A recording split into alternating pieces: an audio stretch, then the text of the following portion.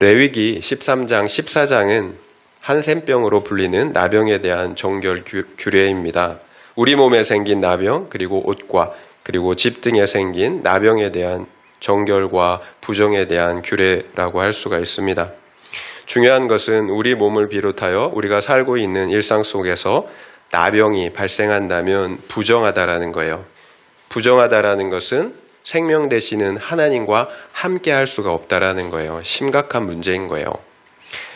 나병의 특징은 죄와 유사하다라는 것입니다. 이처럼 나병은 죄가 어떻게 우리를 부정하게 하며 또한 그러므로 생명 되시는 하나님과 단절시키는지, 그러므로 죽음에 이르게 하는지를 우리에게 분명하게 보여주고 있다라는 것입니다. 따라서 오늘 저는 우리 몸에 발생하는 나병에 대한 정결 규례를 통해서 죄의 심각성과 또한 그 죄를 어떻게 진단하고 또 치료할 수 있는지를 함께 알아보도록 하겠습니다. 함께 읽었지만 1절에서 3절 말씀을 다시 한번 읽도록 하겠습니다. 여호와께서 모세와 아론에게 말씀하여 이르시되 만일 사람이 그의 피부에 무엇이 돋거나 뾰루지가 나거나 색점이 생겨서 그의 피부에 나병 같은 것이 생기거든 그를 곧 제사장 아론에게나 그의 아들 중 한 제사장에게로 데리고 갈 것이요 제사장은 그 피부의 병을 진찰할지니 환부의 털이 휘어졌고 환부가 피부보다 우묵하여졌으면 이는 나병의 환부라. 제사장이 그를 진찰하여 그를 부정하다 할 것이요. 만일 어떤 사람의 피부에 무엇이 돋아났거나 뾰루지나 그리고 색점이 생겼다면, 그래서 나병이 의심되는 상황이라면 반드시 그 사람을 제사장에게로 데려가야 합니다. 그러면 제사장은 그 피부의 병을 진찰하여서 나병의 여부를 진단해야 했습니다. 만약에 환부의 털이 휘어졌고 그리고 다른 피부보다 우묵하다면 들어갔다라는 거죠. 들어갔다면 나병입니다. 제사장은 그를 부정하다고 선포해야 했습니다. 이처럼 제사장은 환부를 진찰하여서 정결함과 부정함을 가려내야 했습니다. 그렇다면 오늘날 나병은 어떤 병입니까? 제가 의학 정보를 찾아보니까 나병은 나균에 의한 감염증으로 나균이 피부 그리고 말초 신경계 상부 기도를 침범하여 병적인 변화, 곧 조직을 변형시키는 만성 전염성 질환이라고 되어 있었습니다. 처음 감염되었을 때는 아무 증상이 없어요. 잠복기를 거치는데 짧게는 5년, 길게는 20년 가량이 지속된다고 합니다. 증상이 발현이 되면 신경계, 그리고 기도, 피부, 눈 등의 염증 덩어리가 발생한다고 합니다. 이렇게 되면 느끼는 통각 능력을 상실하게 되고요. 자신도 모르는 사이에 신체 말단이 부상당하거나 감염이 계속 반복되다가 떨어져 나간다고 합니다. 오늘날에는 이런 나균을 치료할 수 있는 약이 개발이 되어 있습니다. 그래서 치료가 쉽게 돼요. 그러나 과거에는 치료할 수가 없었어요. 거의 죽음과 같은 무서운 질병이었습니다. 레위기 13장 45절, 46절 한번 읽어보면 좋을 것 같아요. 본문은 아닌데요. 레위기 13장 45절, 46절 말씀입니다. 레위기 13장 45, 46절 함께 읽겠습니다. 나병 환자는 옷을 찢고 머리를 풀며 윗입술을 가리고 외치기를 부정하다 부정하다 할 것이요 병이 있는 날 동안은 늘 부정할 것이니라. 그가 부정한즉 혼자 살되 진영 밖에서 살지니라. 이처럼 제사장이 나병을 진단하면 당사자인 나병 환자는 옷을 찢고 머리를 풀고 윗입술을 가리고 부정하다 부정하다를 외쳤어야 합니다. 그리고 그는 이스라엘 공동체에서 떨어져서 진영 밖에 혼자 살아야 했습니다. 병이 있는 날 동안에는 부정한 거예요. 그래서 진영에서 떨어진 진영 밖에서 혼자 살아야 했다는 것입니다. 그런데 이런 그 정결 규례를 보면 좀 잔인하다라는 생각이 들지 않습니까?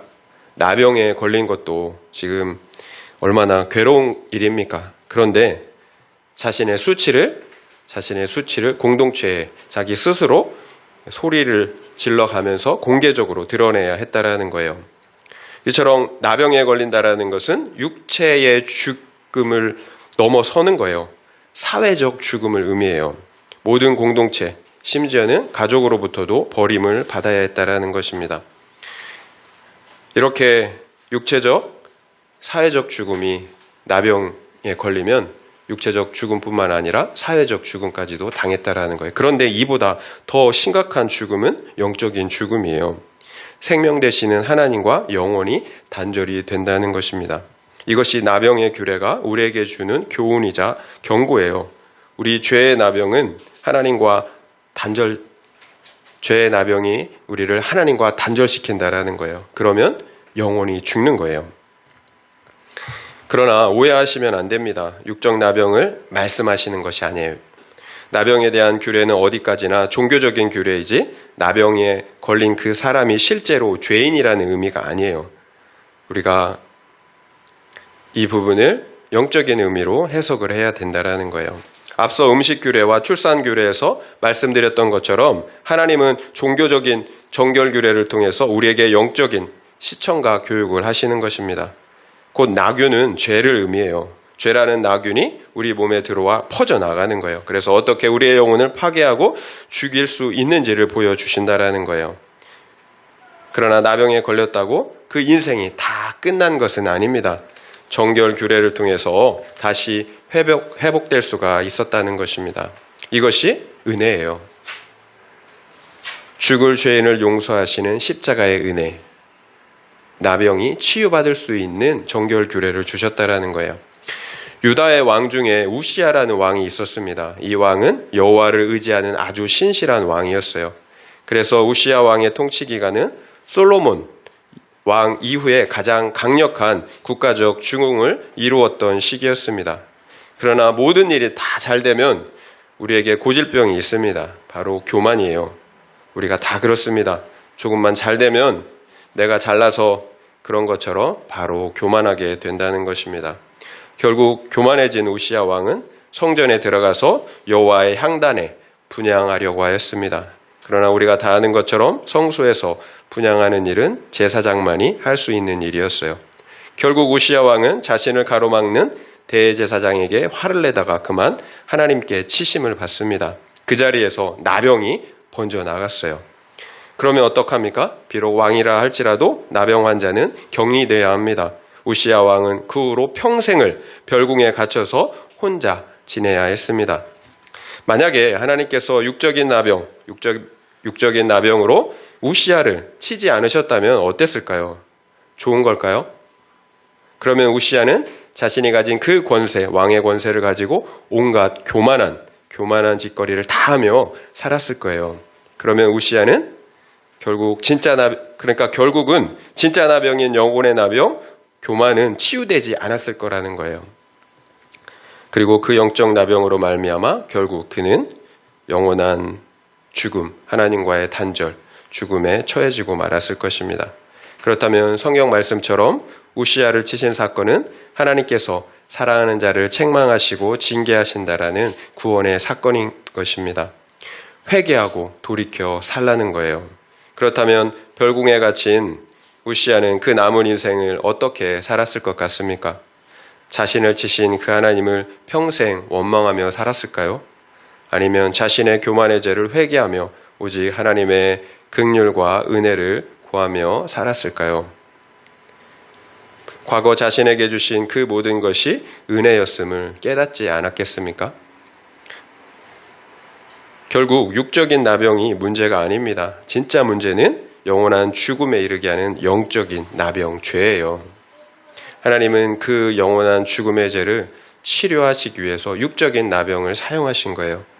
따라서 나병 환자로 자기 옷을 찢고 머리를 풀고 윗입술을 가리며 부정하다를 외치게 하신 것, 그리고 공동체와 격리시키신 이것은 가혹한 형벌이 아니라는 거예요. 오히려 그를 살리시기 위한 사랑의 구원의 사건입니다. 정결 규례를 통해서 나병 환자가 치유받고 살 수 있는 기회를 주신 것입니다. 우시아를 통해서 보았듯이 지금 당하는 수치가 아니에요. 영원한 수치를 당하지 않도록 회개하고 돌이킬 수 있는 우리에게 기회를 주신 것입니다. 하나님께서 우리를 사랑하신다라는 거예요. 그래서 나병의 근원, 내 죄를 공동체 안에서 인정하고 고백해야 합니다. 그래야 죄가 힘을 잃어요. 이것이 정결 규례예요. 외쳐야 합니다. 나의 죄를. 수치를 무릅쓰고 외쳐야 되는 거예요. 그래야지 죄가 힘을 잃어요. 그리고 동시에 그 죄의 문제를 가지고 홀로 하나님께 나아가야 합니다. 나의 죄, 그 나병, 내가 치유할 수 없어요. 오직 보혈의 피만, 성령님만 그 죄를 치유하실 수가 있습니다. 그래서 하나님께 나아가 독대하며 하나님께 나의 죄를 고백하며 치료해 달라고, 회복시켜 달라고 울부짖는 기도가 필요한 거예요. 공동체 안에 있을 수가 없어요.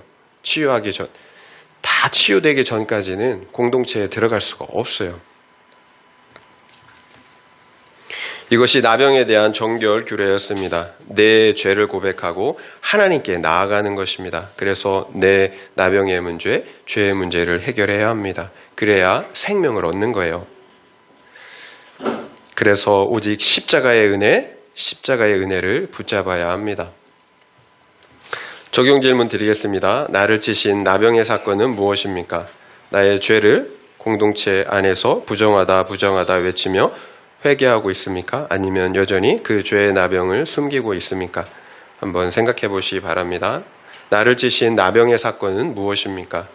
나의 죄를 공동체 안에서 부정하다 외치며 회개하고 있습니까? 아니면 여전히 그 죄의 나병을 숨기고 있습니까? 한번 생각해 보시기 바랍니다. 죄의 나병을 해결하지 않으면 우리의 영혼이 죽어요. 주님은 살리는 것은 영이니 육은 무익하다라고 분명하게 말씀하셨어요. 육은 무익하다라고, 심지어 무익하다라고, 아무 쓸모 없다라고 주님이 말씀하셨다라는 거예요. 어떻게 유한과 영혼을 비교할 수가 있겠어요? 주님이 이 땅에 오신 것은 우리의 육의 생명을 주시기 위해서 오신 것이 아니에요. 영원한 생명을 주시기 위해서 오신 것입니다. 나병 규례에 있어서 그래서 중요한 것은 빠른 진단이에요. 진단. 나병 같은 것이 생기면 빨리 제사장에게로 데리고 가야 합니다. 그래서 나병인지 아닌지를 분별해야 합니다.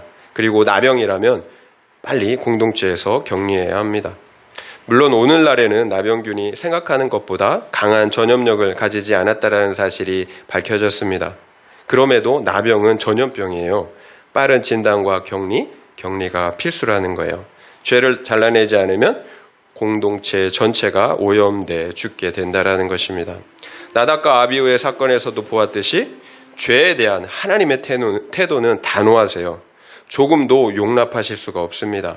하나를 용납하면 전체가 죽기 때문에 그런 거예요. 특별히 하나님께서 사랑하시는 거룩한 공동체라면 조금의 죄도 용납하실 수가 없는 것입니다. 그런데 세상 사람들은 그렇지 않아요. 죄가 간영한 공동체는 그냥 내버려 두신다라는 거예요. 이미 소망이 없기 때문에. 모든 사과가 썩을 대로 썩었다면 먹을 수가 없어요. 그냥 방치할 수밖에 없어요. 하지만 하나가 썩었으면 그 하나 빼내면 되는 거예요. 그래서 내버려 두심 자체가 심판이에요. 간섭하는 것 자체가 사랑이고 구원이에요.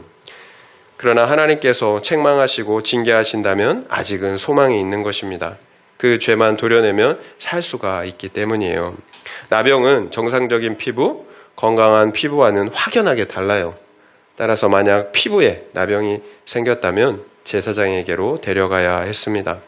앞서 살펴본 것처럼 나병의 가장 큰 특징 중에 하나가 통증이나 감각을 느끼지 못한다라는 거예요.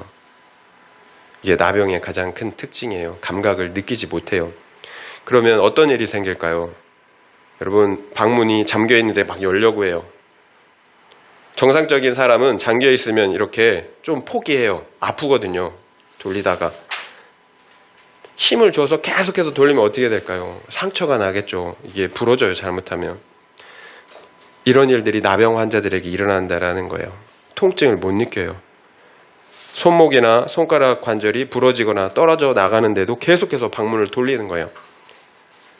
이런 일들이 일상이에요. 나병 환자들에게는. 감각을 느끼지 못하니까.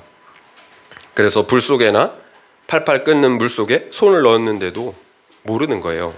지금 타고 있는데. 또 암이나 심장병, 심각한 병에 걸렸는데도 통증을 못 느껴요. 빨리 약을 먹으면 처치를 하면 사는데 못 느끼니까 그냥 그 병으로 죽는 거예요. 이것이 나병이에요. 죄를 죄로 느낄 수 있는 감각이 없는 거예요. 신경세포가 다 죽었기 때문에. 우시아가 자신의 교만의 죄를 느낄 수가 없었던 것과 같습니다. 이미 죽은 거예요. 살아있지만 죽은 거예요. 이처럼 우리가 죄를 짓고 있음에도 무감각하다면 영적인 나병에 걸린 것입니다. 여러분, 사이코패스 아시죠? 살인을 해도, 심지어 살인을 해도 죄책감이 없어요. 우리도 그럴 수 있습니다. 처음에는 거짓말을 하는 것이 마음에 찔렸어요. 누군가 미워하는 것이 괴로웠습니다. 또 저 역시도 처음에 음란한 영상을 보는 것이 마음에 걸렸습니다. 그런데 점점 거짓말을 해도 음란한 영상을 보고 더 심각한 짓을 해도 마음이 무뎌지게 된다라는 거예요. 그리고 마침내는 아무런 죄책감도 느끼질 못하게 됩니다. 오히려 권면하는 사람들에게 화를 내고 또 원수같이 대합니다. 그러면 죽은 거죠. 이런 영적인 나병에는 무엇이 있을까요? 말씀드린 것처럼 음란 중독, 도박 중독, 술 중독, 주식 중독, 혈기 중독, 미움, 시기 중독, 이런 많은 중독들이 있을 것입니다. 그럼에도 문제의식과 죄책감을 느끼지 못한다라는 거예요. 결국은 죽음에 이르게 됩니다. 죄로 느끼지 못하는 이런 상태가 나병이에요. 그렇다면 이런 영적 나병의 초기 증상에는 어떤 것들이 있을까요? 초기 증상들로는 기쁨과 감사가 사라집니다. 죄의 특징은 죄를 죄로 느끼지 못하게 하는 것입니다. 그러나 동시에 하나님 역시도 감각할 수가 없습니다. 그래서 하나님을 기뻐할 수가 없는 거예요. 그러면 하나님께 대한 감사와 예배의 기쁨이 사라지게 됩니다. 그러면 예배와 말씀과 기도 생활이 점점 형식적으로 변하게 됩니다. 더 심각해지면 말씀과 기도 생활을 중단하게 되는 거예요. 동시에 세상 염려와 불평과 불만이 가득 차게 됩니다. 결국에는 세상의 육적인 것들과 먹고 사는 문제들로 인하여서 우리의 마음과 시간을 온통 빼앗기게 되는 것입니다. 이것이 나병 같은 것들이에요. 여러분, 한번 진단해 보시기 바랍니다. 이런 나병 같은 것들이 생기면 곧바로 제사장에게로 달려가야 합니다. 그리고 진단을 해야 합니다. 여기에서의 제사장은 말씀 공동체 그리고 말씀이에요. 그러니까 나병 같은 것들이 생긴 사람을 말씀 앞으로, 말씀의 공동체 앞으로 데려가야 한다는 거예요. 여러분, 어떠한 방법이든지 상관이 없습니다. 말씀이 그 안에 들어가면 사는 거예요. 말씀이 들어가면 말씀이 일하십니다. 죄를 조명하시고 깨닫게 하십니다. 그리고 그 영혼을 살리세요. 회복하시고 살리십니다. 이것이 말씀의 능력이에요. 여러분, 말씀의 능력을 믿으셔야 됩니다. 여러분의 능력 믿지 마세요. 여러분, 아무리 말 잘해도 살리지 못합니다. 말씀만이 살릴 수가 있습니다. 무조건 말씀이 그 안에 들어갈 수 있도록 하셔야 합니다. 나도 마찬가지고 상대방도 마찬가지예요. 말씀이 들어가면 살아요. 그런데 내가 그 말씀을 거부하면 살 수 있는 방법이 없어요. 나병에서 치유할 수 있는 방법은 말씀밖에 없어요. 여러분, 그래서 우리가 큐티인 책을 나눠주잖아요. 그리고 말씀의 공동체로 인도하고요. 그리고 함께 말씀 묵상과 그리고 나눔을 하는 것입니다. 아무튼 어쨌든 말씀이 그 안에 들어가게 해야 합니다. 문제는 나병에 걸린 사람들은 인지를 못하잖아요. 말씀이 들리지 않는다라는 거예요. 그래서 나병에 걸린 사람들은 자기 스스로 제사장에게로 나아갈 수가 없다라는 거예요. 그래서 누군가 나병 환자를 제사장에게로 데리고 가야 합니다. 우리가 건강한 말씀의 공동체가 돼야 하는 이유입니다. 나병 같은 것을 분별하는 것은 그 공동체에 있는 누구이기 때문인 거예요. 다른 누가 아니라 공동체 안에 있는 누구, 그 사람이 분별하고 그 나병에 걸린 사람을 말씀 앞으로 데려가야 한다는 것입니다. 그래서 우리 공동체가 건강해야 하는 것입니다. 만약 나병이 생겼는데도 누구도 분별하지 못해요. 그러면 어떻게 되겠습니까? 다 죽는 거예요. 나병에 걸린 사람만 죽는 게 아니에요.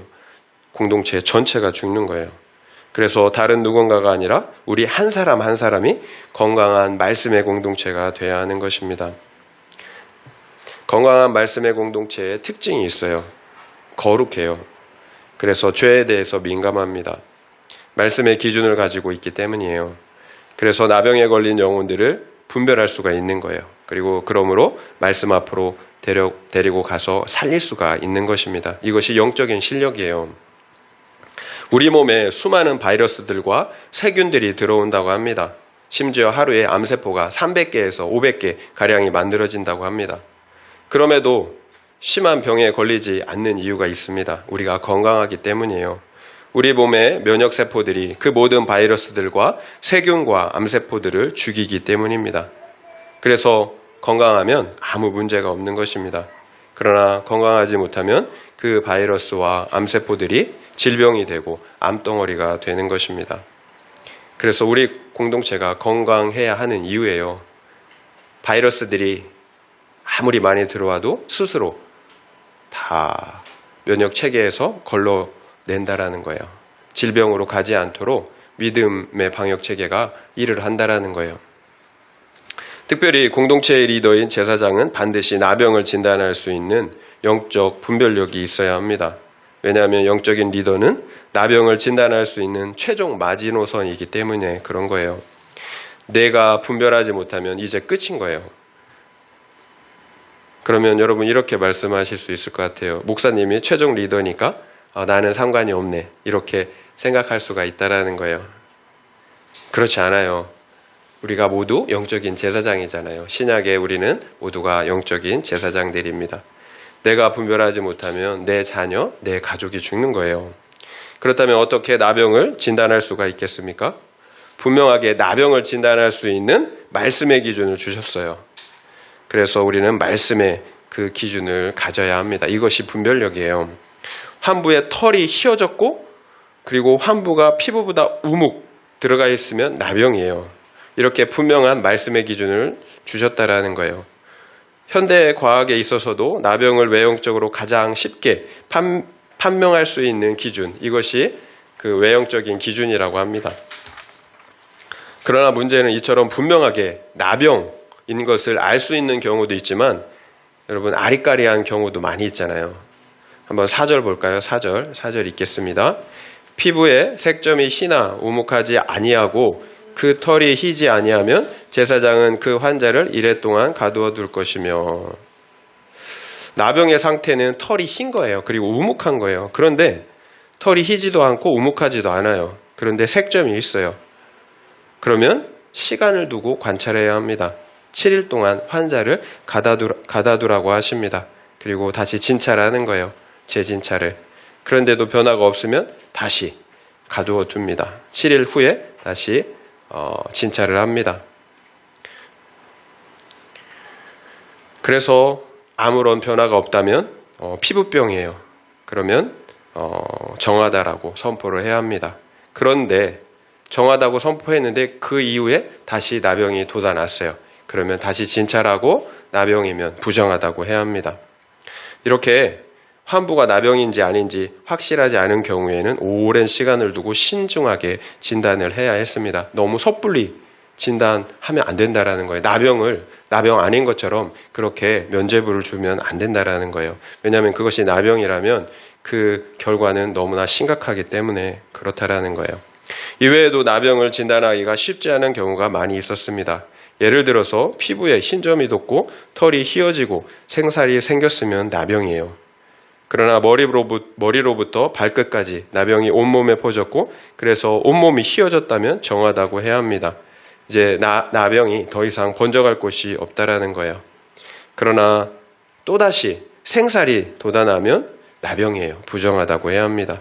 쉽지 않죠. 이 나병을 이게 진단한다라는 게 많은 케이스들이 있기 때문에 상황들이 있기 때문에 쉽지 않다라는 거예요. 그래서 제사장은 반드시 분별력이 있어야 되는 거예요. 말씀의 기준을 가지고 있지 않다면 이 모든 상황에서 제대로 분별할 수가 없다라는 거예요. 오늘날 우리가 정말 아리까리에서 잘 분별해야 할 나병 중에 하나가 저는 동성애라고 생각이 됩니다. 과거에는 동성애를 분명한 죄로 여겼습니다. 동성애라는 말을 꺼내는 것조차 부끄러운 일로 여겼다라는 거예요. 그런데 오늘날에는 어떻습니까? 동성애가 뭐가 어떠냐, 지들이 좋으면 하는 거지, 자유의 문제, 이런 시대가 되었다라는 거예요. 심지어 포괄적 평등법, 여러분 아시죠? 포괄적 평등법이라는 이름으로 동성애를 합법화하려는 시도들이 있습니다. 여러분, 왜 포괄적 평등법이 문제입니까? 나이, 성별, 국적, 피부, 장애 여부를 가지고 차별해서는 안 된다는 것입니다. 너무 좋은 취지예요. 그러면 누가 반대하겠습니까? 그러나 문제는 동성애가 죄라고 말할 수가 없다라는 거예요. 동성애자를 차별해서는 안 됩니다. 그 말은 100번 맞는 말이에요. 그러나 동성애가 죄라는 사실은 또 다른 문제인 거예요. 동성애는 죄가 맞아요. 이것이 성경의 가르침입니다. 우리 교회의 주장은 동성애자를 결코 차별하지 않아요. 단지 동성애를 죄라고 말할 뿐이에요. 그런데 포괄적 차별법의 문제는 동성애를 죄라고 말하는 그것을 법적으로 금지하고 심지어는 처벌까지 한다는 거예요. 이 세상에 죄인 아닌 사람이 어디 있습니까? 우리 주님은 누군가를 미워하고 음욕만 품어도 살인죄이고 음란죄라고 말씀하셨어요. 결국 누군가를 미워하고 음욕을 품으면 다 죄인인 거예요. 그러나 우리가 그 미워하는 사람, 음욕을 품은 사람을 죄인이라고 차별하지는 않아요. 왜냐하면 우리 모두는 함께 거룩과 구원을 이뤄가야 할 용서받은 죄인들이기 때문입니다. 죄인이라고 차별하지는 않는다라는 거예요. 그러나 죄는 죄예요. 미워하는 것도 죄, 음란의 행위도 죄, 동성애도 죄예요. 동성애만 죄가 아니라고 할 수는 없다라는 거예요. 하나님은 분명 남자와 여자 두 개의 성을 만드셨어요. 그리고 생육하고 번성하라고 명령하셨습니다.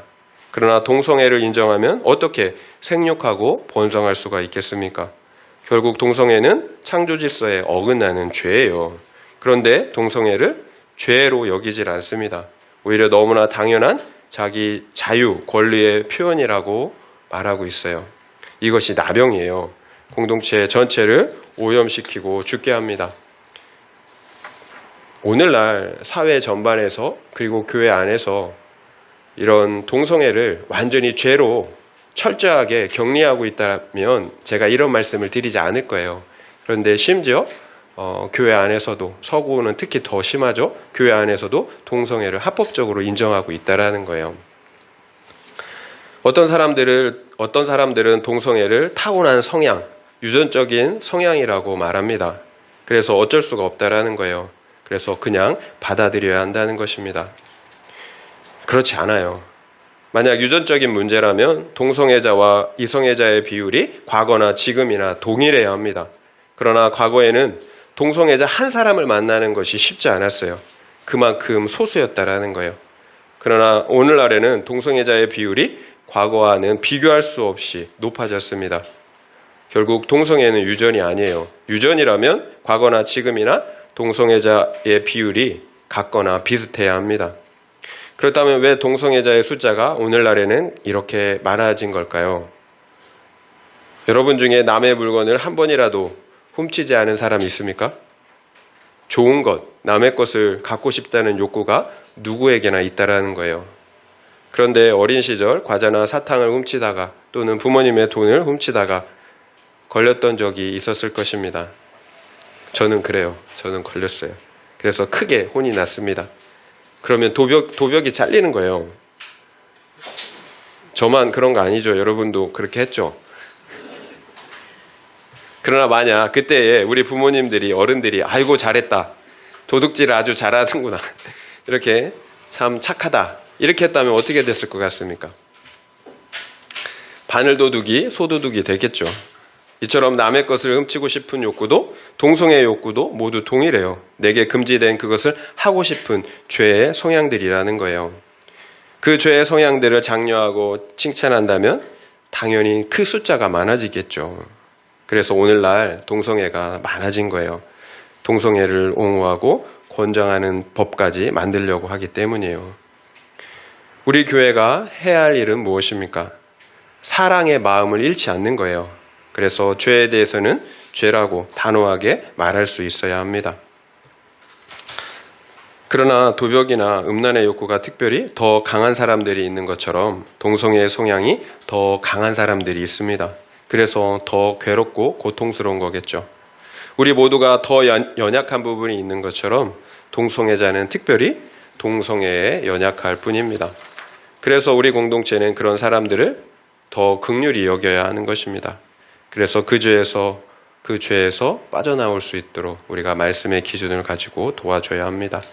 그냥 위로만 한다든지 아니면 정반대로 정죄만 한다든지 이렇게 양극단에 빠져서는 안 된다라는 거예요. 사랑을 가지고 사랑의 태도로 진리를 말할 수가 있어야 합니다. 그런데요, 사실 제가 볼 때 오늘날 교회의 더 큰 문제는 동성애를 죄라고 이야기하는 것보다 우리 교회가 사랑하지 않는 것, 이 세상에서 빛과 소금으로 살지 않고 더 이기적으로 살고 있는 것, 사실 이게 교회의 더 큰 문제예요. 우리가 동성애를 죄라고 아무리 세상 사람들에게 이야기를 해도 우리의 말이 세상 사람들에게 먹히질 않아요. 우리가 하나님의 말씀대로 빛대로 소금대로 살지 않기 때문에 그런 거예요. 우리가 정말 거룩하게 산다면 세상 사람들보다 더 이기적인 것이 아니라 나를 희생하고 사랑함으로 나의 것을 나눠주는 그런 예수님의 삶을 산다면 세상 사람들이 우리의 말을 듣지 않겠습니까? 결국 우리의 나병은 실제로 주님의 말씀대로 사랑하라는 말씀대로 살지 않는 거예요. 그래서 내 것만 챙기는 이기적인 크리스찬으로 사는 것, 이게 어떻게 보면 더 큰 나병인 거예요. 그래서 우리가 분별력을 가져야 합니다. 말씀의 기준을 가지고 사랑의 마음을 잃지 않고 진리를 말하되 내가 먼저 말씀을 살아내야 된다라는 거예요. 이게 분별력이에요. 내가 살아내지 않는 말씀이라면 분별력이 아니에요. 제가 말씀드리고 싶은 요지는 말씀의 제사장으로서 우리 모두는 분별력을 가지고 있어야 한다는 것입니다. 그렇다면 어떻게 분별력을 가질 수가 있을까요? 초대교회의 사도들을 통해서 그 교훈을 받아야 합니다. 초대교회가 시작되면서 점차 신자들이 늘어났습니다. 그러다 보니까 12사도들이 접대하고 봉사하는 일들이 더욱 많아졌습니다. 문제는 당장 필요한 구제와 봉사의 일을 하다가 보니까 정작 중요한 하나님의 말씀을 가르치는 일에는 소홀하게 되었다는 것입니다. 결국 사도들은 오랫동안 자신들이 감당했던 구제와 봉사의 일들을 집사들에게 위임하였습니다. 그리고 자신들은 오로지 기도와 말씀에 전념하기로 하였습니다. 왜 사도들이 봉사의 일을 멈추고 기도하는 일과 말씀 묵상에 전념하기로 했겠습니까? 교회의 본질이 무엇인지 알았기 때문이에요. 무엇이 중요한지를 알았기 때문입니다. 내가 분별하지 못하면 교회 전체가 죽기 때문입니다. 육적인 떡을 주는 것이 교회의 본질이 아니라는 거예요. 말씀의 떡, 영생의 떡을 주는 것이 교회의 본질입니다. 지혜는 결국 선택과 집중이에요. 우리가 모든 것을 다 가질 수도 없고요. 다 할 수도 없습니다. 우리가 선택하고 집중해야 합니다. 육적인 질병은 유한한 생명을 가져가지만 영혼의 질병은 영원한 생명을 가져간다라는 사실을 잊지 말아야 합니다. 우리가 영적인 분별력을 가져야 합니다. 영적인 분별력은 말씀의 기준을 갖는 거예요.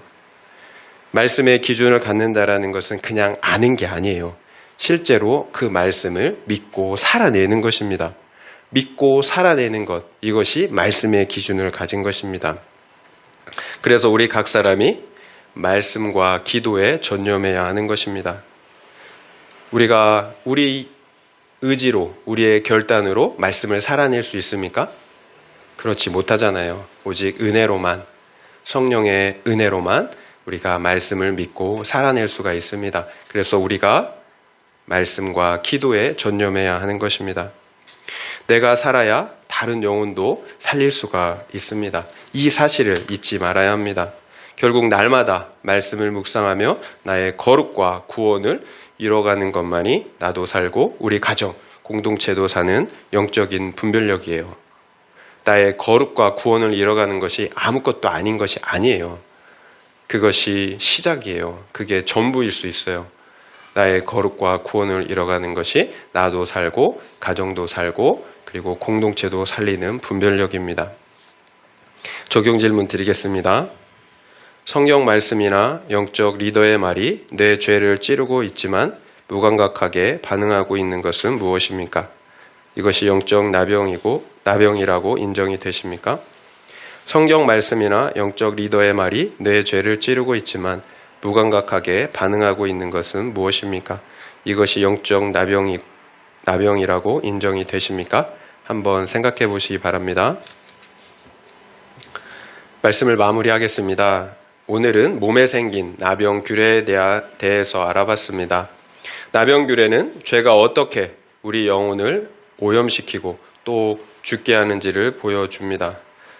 나병의 특징이 무엇이었습니까? 죄에 대해서도 그리고 하나님에 대해서도 감각하지 못한다는 것입니다. 혹시 예배의 기쁨과 감사가 사라졌습니까? 음란, 혈기, 미움, 다툼, 시기, 탐욕 가운데 있으면서도 어떤 죄책감도 문제의식도 느낄 수가 없습니까? 그렇다면 나병 같은 것이 생긴 것입니다. 이처럼 나병 같은 것이 생기면 반드시 말씀의 제사장에게로 나아가 진단받아야 합니다.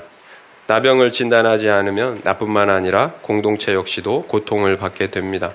최대한 빨리 나병을 발견하고 진단해야 합니다. 그래야 나병 환자도 치유받을 수 있고 공동체 역시도 죄의 오염으로부터 지켜낼 수가 있습니다. 결국 우리 한 사람 한 사람이 건강한 말씀의 공동체가 되어야 합니다. 그러면 어떠한 죄의 나병, 세균이 들어올지라도 물리칠 수가 있습니다. 건강한 공동체는 말씀을 듣기만 하는 공동체가 아닙니다. 말씀을 믿고 살아내는 공동체입니다. 이런 영적 분별력을 가진 공동체가 다른 연약한 지체, 병에 걸린 지체들을 살려낼 수가 있습니다. 이런 은혜가 우리 모두에게 있기를 예수님의 이름으로 축원드립니다.